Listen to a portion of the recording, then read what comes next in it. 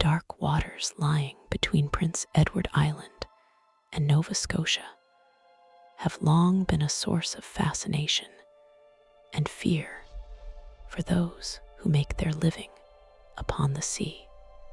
This narrow channel, known as the Northumberland Strait, serves as the final resting place for countless sailors who underestimated its treacherous currents and sudden storms. Among the local communities scattered along the coastlines, there exists a legend that has terrified generations of fishermen and travelers alike. It is the tale of a burning ship that sails the waters at night, appearing as a terrifying vision of destruction before vanishing into the ether. This is not merely a story told to frighten children, but a phenomenon witnessed by hundreds of reliable observers over the last 2 centuries. The Phantom Clipper of Northumberland Strait remains one of the most enduring and chilling maritime mysteries in North American history. To understand the true horror of this apparition, one must first comprehend the isolation of life in the maritime provinces. During the 19th century, the ocean was the primary highway and the source of sustenance for the hardy folk who populated these rocky shores. Every family had lost a father or a brother to the merciless Atlantic waves, creating a culture deeply respectful of the supernatural.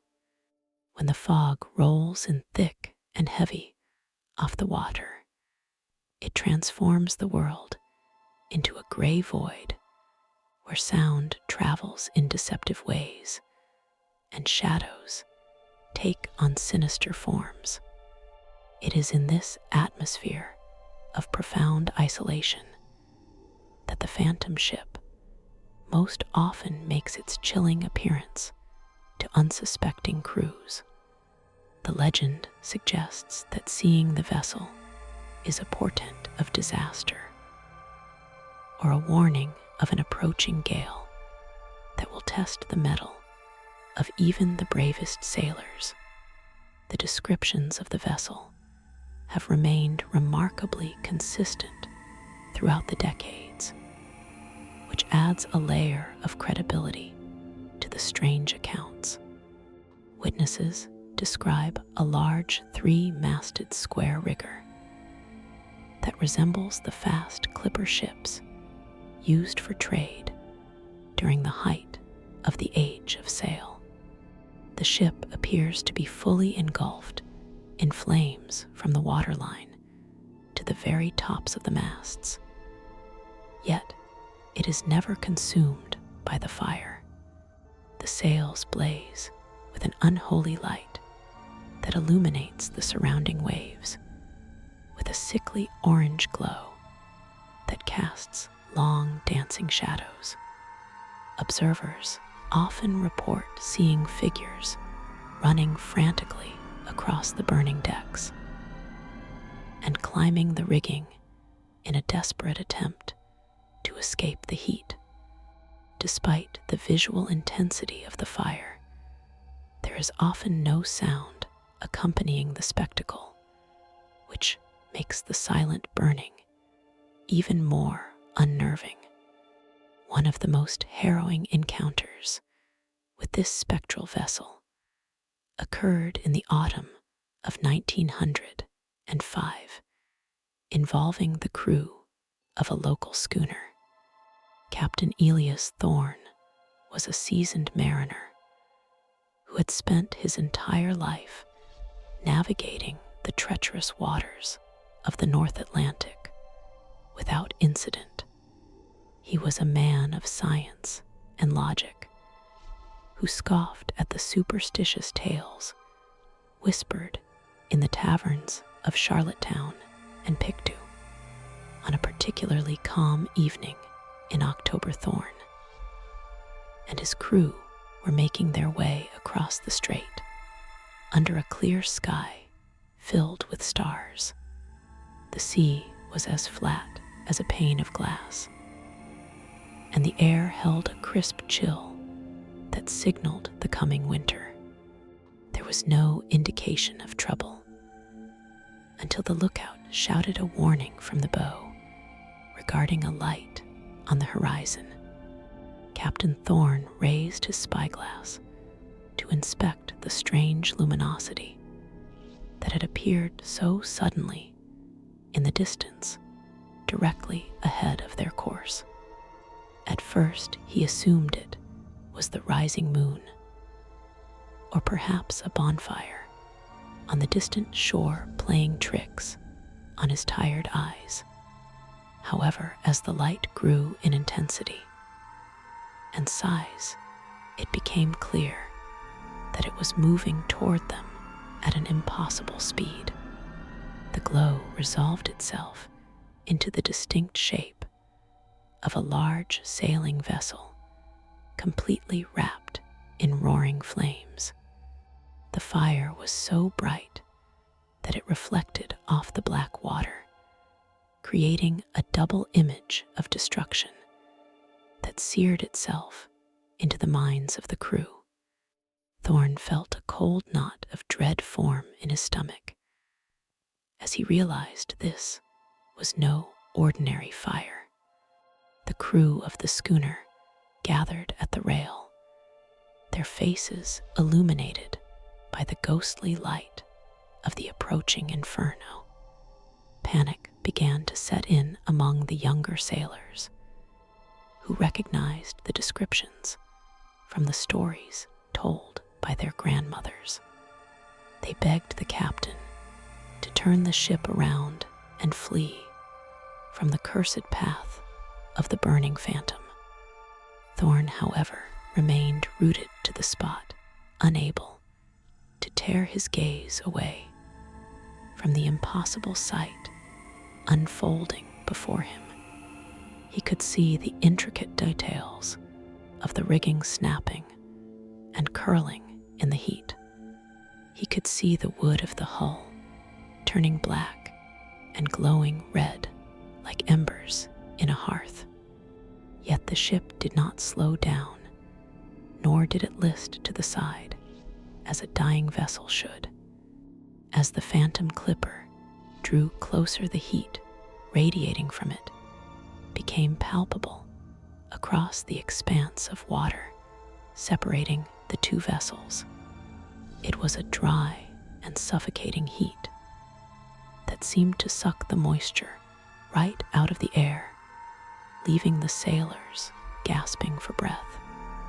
The silence of the night remained unbroken save for the gentle lapping of waves against their own hull. There was no crackle of burning timber and no roar of the fire that visually consumed the other ship. This absence of sound created a cognitive dissonance that was more terrifying than any scream. It felt as though they were watching a silent film of a tragedy that was replaying itself on a loop for all eternity. Captain Thorn ordered the helm hard to starboard in a desperate attempt to avoid a collision with the oncoming ghost ship. The schooner responded sluggishly, as if the very water around them had turned to molasses in the presence of the supernatural entity. The burning ship altered its course in perfect synchronization, mirroring their movements, as if intent on an intercept. It was then that Thorn saw the crew of the phantom vessel clearly for the first time. They were indistinct shapes of shadow and light moving with jerky, unnatural motions amidst the flames. They did not look like men of flesh and blood. but rather like charred remnants of humanity trapped in a moment of ultimate agony. The distance between the two ships closed to less than 100 yards, and the details became horrifyingly vivid. Thorne could see the nameplate on the stern, but the letters were obscured by tongues of fire that licked hungrily at the wood. He could see the wheel spinning wildly on the quarterdeck, with no hands to guide it. The phantom crew members were leaping from the rails into the boiling sea, only to vanish before they hit the water.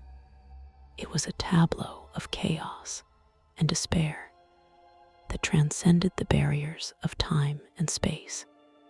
The men on the schooner fell to their knees in prayer, while others hid their eyes to block out the sight of the damned.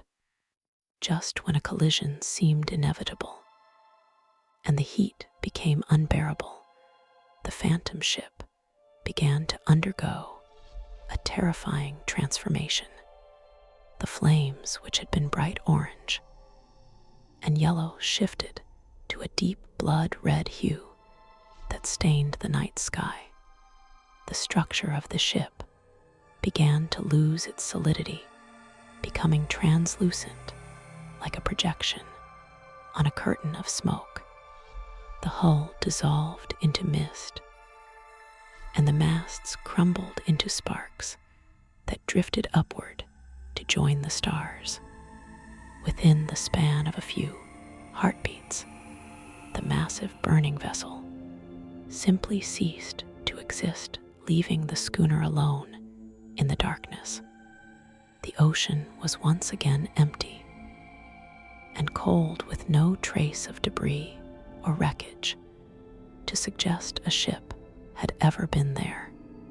The aftermath of the encounter left Captain Thorne and his crew shaken to their very cores and forever changed by what they had witnessed.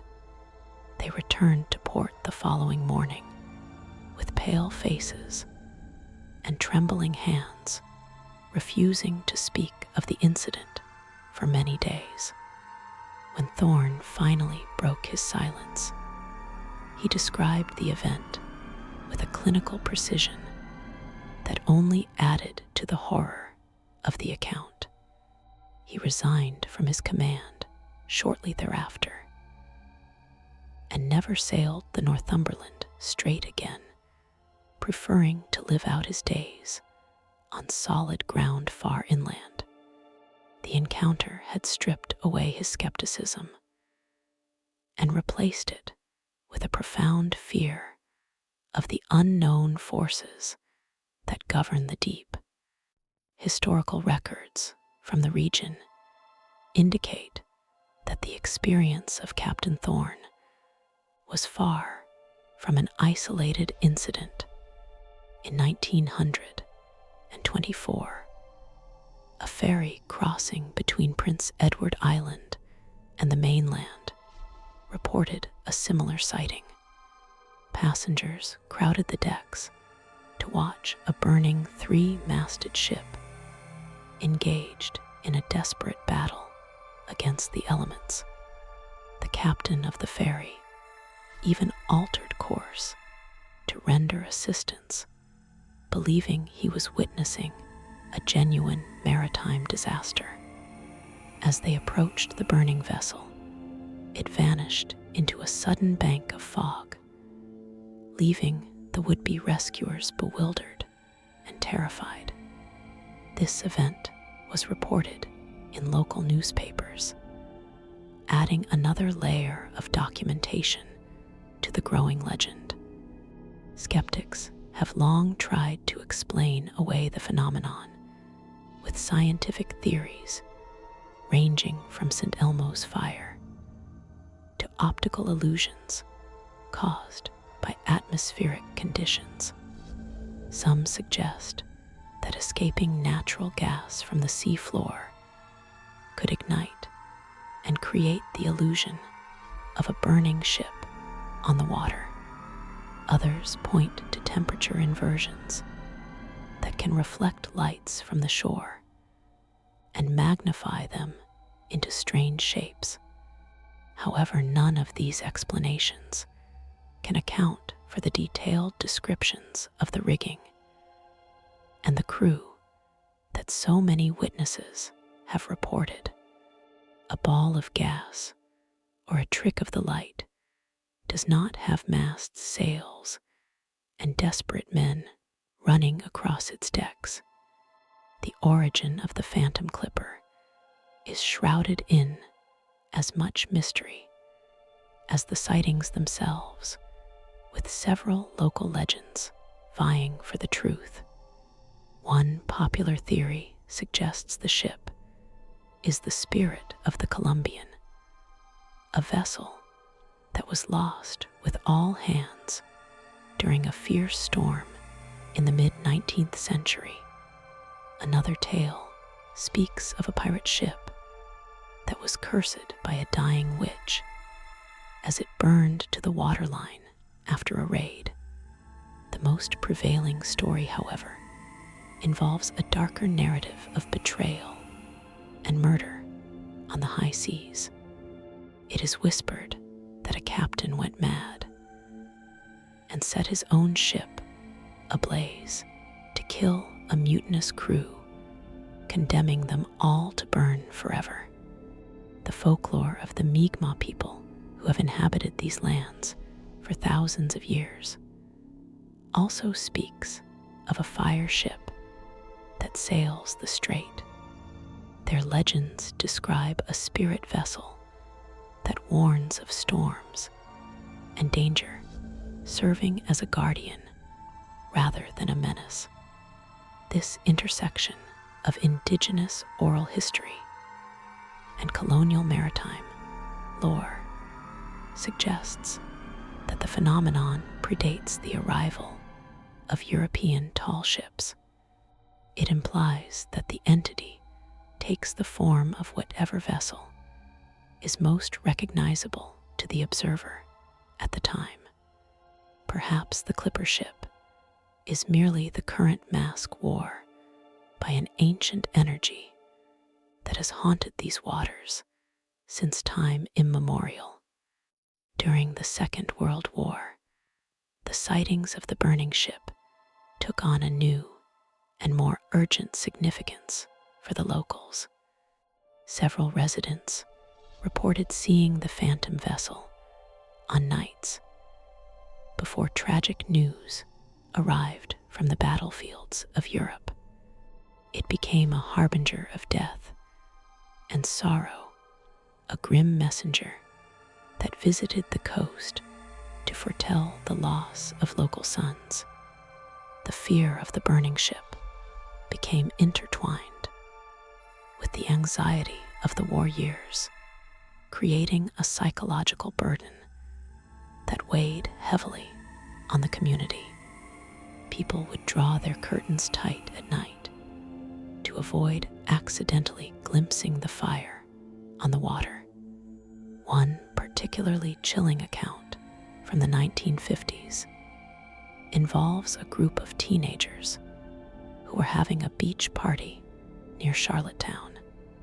They watched in awe as the burning ship sailed remarkably close to the shore, allowing them to see the terrified expressions on the faces of the phantom crew. The witnesses claimed they could feel the heat on their faces and smell the distinct odor of burning tar and wood. The ship remained visible for nearly an hour, sailing back and forth, as if searching for a safe harbor that it could never reach. This mass sighting remains one of the most corroborated events in the history of the legend. As technology advanced and radar became standard equipment on vessels, the nature of the mystery deepened rather than resolved. There have been instances where modern ships have picked up a solid contact on their radar screens in the exact location of the visual sighting. The radar shows a large object moving at speed. Yet, when the crew looks out, they see only the spectral fire or empty water. In other cases, the burning ship is clearly visible to the naked eye, but completely invisible to electronic sensors. This inconsistency suggests that the phenomenon exists on the edge of our physical reality, straddling the line between the material and the spiritual. The psychological impact on those who witness the phantom clipper is often profound and long-lasting, leading to nightmares and a fear of the sea. Many seasoned fishermen refuse to sail alone at night, specifically because they fear an encounter with the burning vessel. They believe that looking too closely at the flames can trap a man's soul or drive him to madness. There are stories of men who became obsessed with the ship, spending every night on the cliffs, watching and waiting for its return. These poor souls often waste away neglecting their families and their work in pursuit of the impossible mystery. In recent years, the sightings have become less frequent, leading some to believe that the ghost ship has finally found peace. However, every few years, a new report surfaces from a yachtsman or a commercial fisherman who has seen the fire on the water. These modern accounts are eerily similar to those from the 19th century, proving that the legend is far from dead. The phantom clipper of Northumberland Strait waits in the darkness, ready to remind us that the ocean holds secrets we can never fully understand. It serves as a fiery monument to the perils of the sea and the fragile nature of human life. The strait itself seems to possess a personality, a moody and volatile temperament that matches the violent history of the region.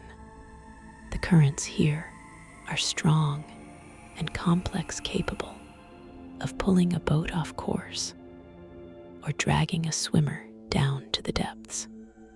When the wind howls from the northeast, it creates a banshee wail that sounds suspiciously like human screams carried on the breeze. It is easy to see why the locals attribute supernatural causes to natural events in such a dramatic environment. The line between reality and myth blurs when the elements are raging, and the safety of land feels miles away. There is a specific location within the strait, often referred to as the Deep Hollow, where the sightings are most concentrated. This underwater trench is significantly deeper than the surrounding seabed and creates unique water conditions. Oceanographers speculate that this trench might release pockets of natural gas or affect the water temperature in ways that create mirages. Yet for the believers, the Deep Hollow is simply the cursed ground where the original tragedy took place. It is the anchor point for the haunting the spot where the veil between the worlds is thinnest. The legend has inspired countless songs, poems, and works of art that attempt to capture the haunting beauty of the burning ship. Folk singers in the Maritime provinces keep the story alive through ballads that recount the woe of the doomed crew. These songs serve as a cultural archive, preserving the details of the legend for future generations who may never see the ship themselves. They remind the listeners that the sea is a place of magic and danger, where the past is never truly gone. The Phantom Clipper has become a symbol of regional identity, a shared ghost story that binds the community together. Attempts to investigate the phenomenon using modern ghost hunting equipment have yielded inconclusive but unsettling results. Paranormal research teams have recorded sudden temperature drops and unexplained electromagnetic spikes in the area of the deep hollow. Audio recordings taken during calm nights have picked up faint sounds resembling crackling fire and distant shouting. While not definitive proof, these anomalies suggest that there is indeed something unusual occurring in the Northumberland Strait. The data hints at a residual haunting, a playback of energy imprinted on the environment by a traumatic event. The skepticism of the outside world often clashes with the deeply held beliefs of the local population regarding the phantom ship. Tourists may view the legend as a quaint attraction or a marketing gimmick to sell souvenirs. But for the families who have lived by this water for centuries, the burning ship is a serious and somber reality. They know the names of the men who have seen it and the dates of the disasters that followed. Their belief is not based on blind faith, but on a collective memory that spans generations. One cannot discuss the Phantom Clipper without mentioning the terrifying sense of helplessness reported by the witnesses. The urge to help the burning men is a natural human response, yet the observers are powerless to intervene. This inability to act creates a deep emotional scar, a feeling of guilt for watching a tragedy unfold without lifting a finger. It is a psychological torture to witness suffering that is beyond the reach of physical aid. The ghost ship forces the viewer to confront their own limitations and the indifferent cruelty of fate. The visual spectacle of the burning ship is often described as having a hypnotic quality that draws the viewer in. The flames dance with a mesmerizing rhythm that can cause a loss of time and spatial awareness. Sailors have reported staring at the fire for what felt like minutes, only to realize that hours had passed. This trance-like state adds another layer of danger to the encounter, as a distracted crew is a vulnerability at sea. It is as if the phantom vessel wants to pull the living into its fiery embrace. There are whispered rumors among the older fishermen of a curse that befalls anyone who tries to sail through the phantom ship. They say that any vessel foolish enough to cross the path of the burning clipper will be doomed to misfortune. Engines will fail, nets will tangle, and catches will be meager for years to come. In the worst cases, the cursing results in the eventual loss of the intruding ship and its crew.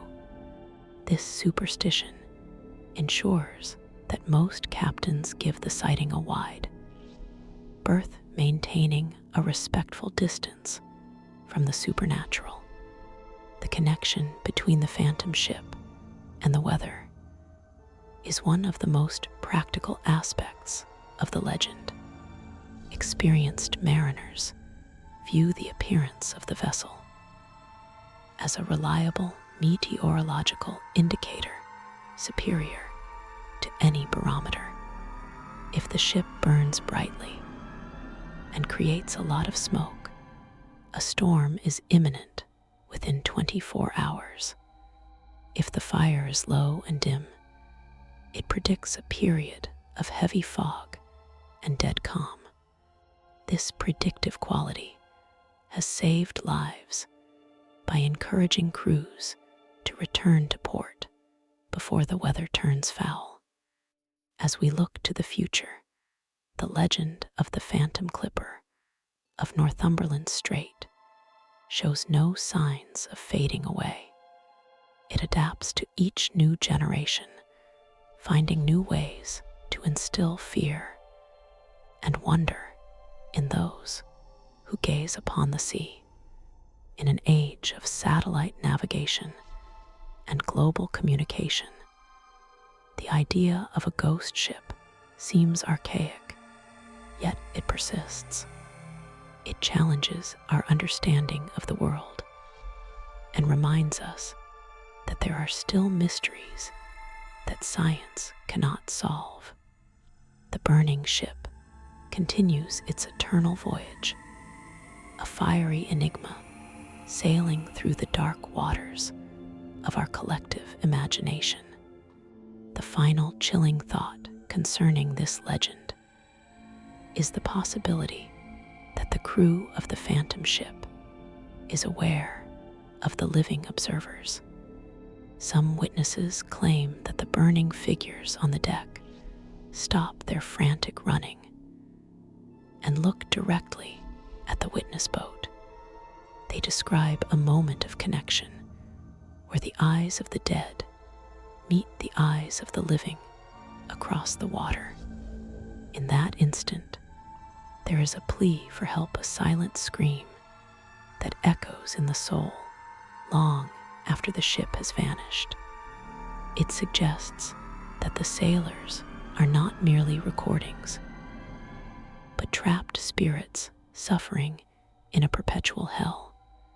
Whether a natural phenomenon, a mass hallucination, or a genuine haunting, the Phantom Clipper remains a powerful presence.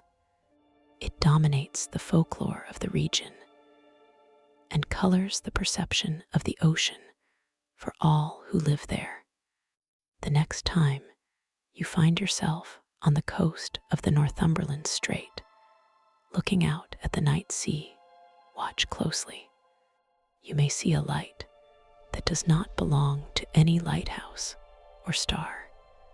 And if that light grows into a tower of flame, remember the tale of the burning ship and turn your eyes away before it is too late. The ocean keeps its secrets well, burying the truth under tons of crushing water and shifting sand. The story of the Phantom Clipper is but one of many mysteries that lurk in the depths, waiting to be discovered. It serves as a reminder that we are guests in a domain that is vast, ancient, and indifferent to our existence. The burning ship is a scar on the face of the waters, a fiery wound that refuses to heal.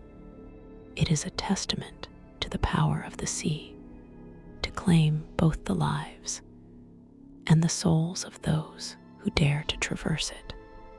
Ultimately, the Phantom Clipper of Northumberland Strait is more than just a ghost story.